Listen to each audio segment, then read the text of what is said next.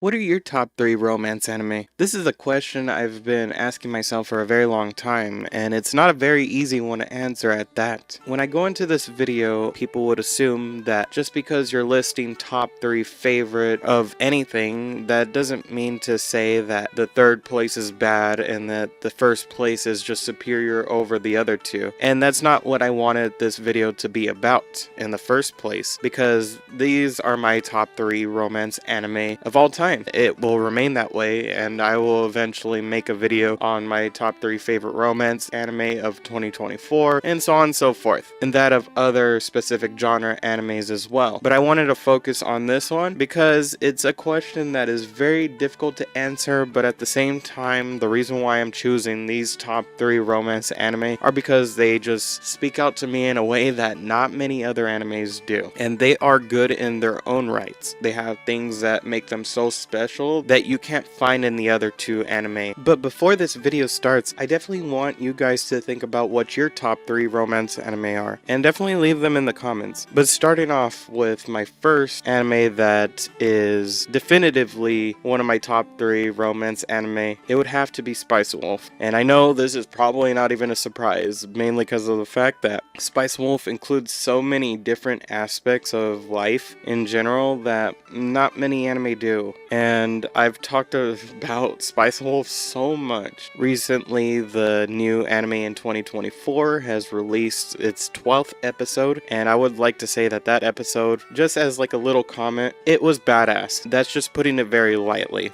But the reason why Spice Wolf is such a notorious anime for me, especially in the romance department, is because you have a deity that is over accumulation of centuries old, falling in love with a guy that's only lived just barely a little portion of that lifetime. For the most part of the anime, Hollow calls Lawrence a lot like a baby, or like a kid in a sense, because he has nothing on her lifespan. She is literally the wisest person you could have ever met in your entire life. And comparing that to what Lawrence knows and his merchant skills and the fact of how to gain a profit but also not lose that much in that profit, because whenever you put something into something, you're definitely going to get a profit out of it, but at the same time you're going to be losing something as well. And that's something that's explored within the series of Spice and Wolf, because I've read the light novels, and it's safe to say that this couple is literally the most powerful one I've seen thus far. They balance each other out, because Lawrence has so many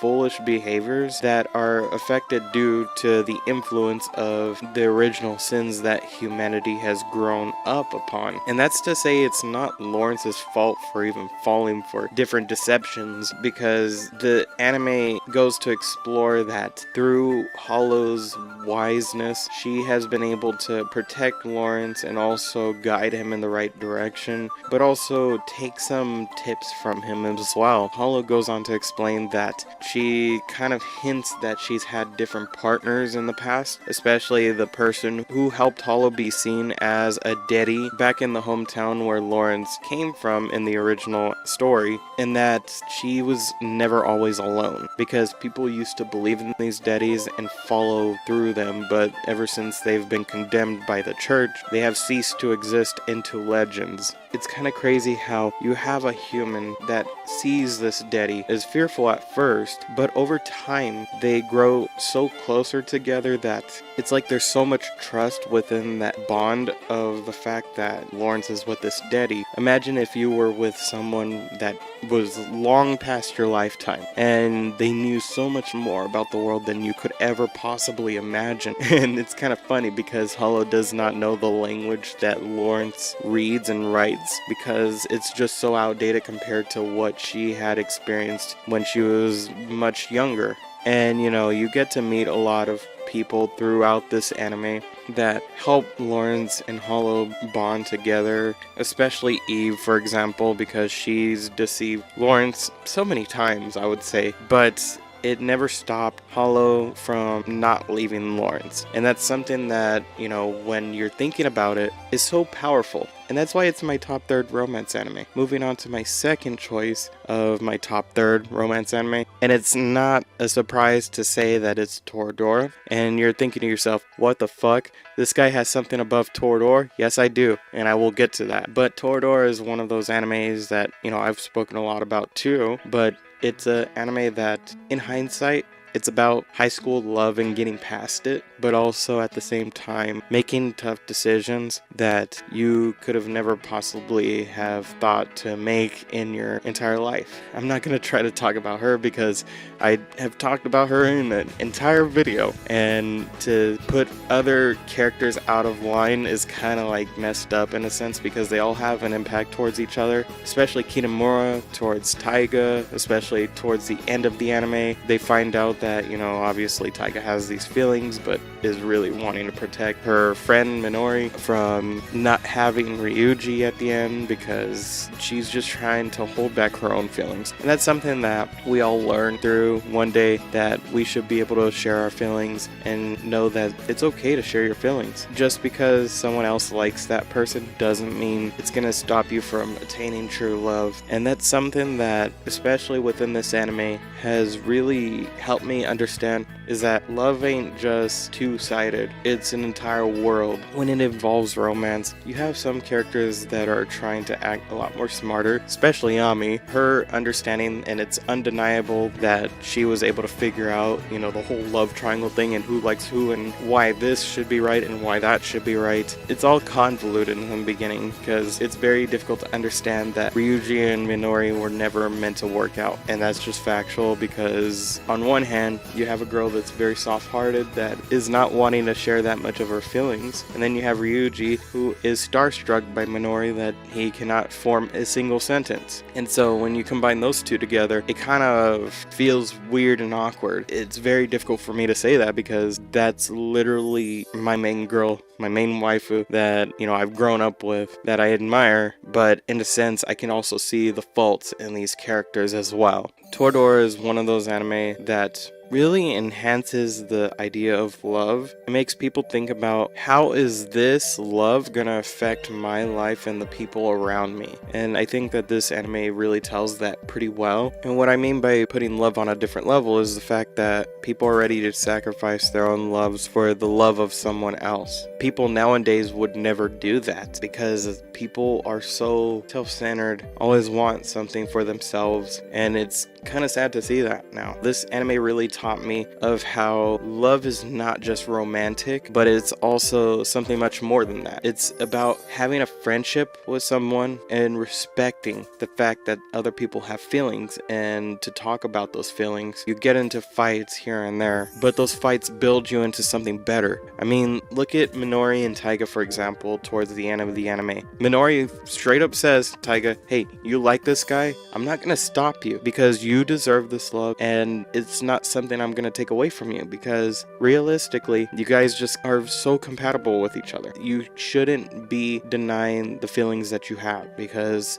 it's counterproductive and it will hurt you in the long run. And I'm just thinking about you as a friend, and especially Ryuji as well. He goes on to say that, hey, yeah, I do like Taiga. I liked you for a very long time, but, you know, I like Taiga. They were rooting each other on for that, and that's something that not many anime tell that pretty well. It's the power of friendship, you know, that's very cheesy to say, but it's the power of friendship that really binds people's love together, you know? And that's what this anime has really taught me, and that's realistically, that's what makes it my second top romance anime. Moving on to my final anime, which is my top favorite romance anime. I've talked about it in a separate video. If you've not seen that video, I'm putting it right there, okay? So you can watch it for yourself. I go more in depth about it, but it's an anime called Susa. Suzuka. I'm going to talk about spoilers for this matter of this anime. I know a lot of people haven't seen it, so definitely go check it out if you don't want to be spoiled. Suzuka is mainly about a guy who wants to get into track and field. Yes, it's a sports romance anime, which is not seen that often. This anime essentially talks about this girl named Suzuka. She's a high jumper. She jumps over poles. They're in high school. This guy has feelings towards this girl named Suzuka. His name's Yamato. He eventually confesses to her. She just shuts him down, and he gets so bummed out about that. But eventually, you know, you come to understand so much more about these characters, to the fact that it's not all black and white, that there's so much more to the romance that this story tells. And not only that, but it's one of the very few romance anime where I've seen a guy MC get with another female MC that is not Suzuka. It's kind of crazy to see that, because this guy experiments with love. He's not just one-sided, not shying away from every opportunity. No, he goes for every single opportunity, and if he fails, he recognizes that and moves on. But eventually he gets the courage to confess to Suzuka again, and you know, there's so much more that develops between what I just said to up until now. Suzuka, that character in of herself, is a character that is so special, and the reason why I say this is because she moves past death and realizes that love is still there despite being in the face of death. Suzuka has a friend that dies in her childhood, and this is something that she is faced with and is her biggest fear that would happen to another person that she would ever fall in love with. You know, she has to move on past the death of her friend because she genuinely liked her past friend that died. To say it's out of a person's control that death is inevitable and it's fated to happen to someone is just out of your control. You can't control it. She eventually finds out that her friend died in a car accident. This has scarred her for a very long time. And so when Yamato confesses his feelings towards Suzuka, she shuts him down, but you'd never know why. And the anime goes on to explain that she's having these feelings. She's always very passive aggressive towards Yamato, like saying, "No, I don't like you like that." And then he realizes that she's acting like a child.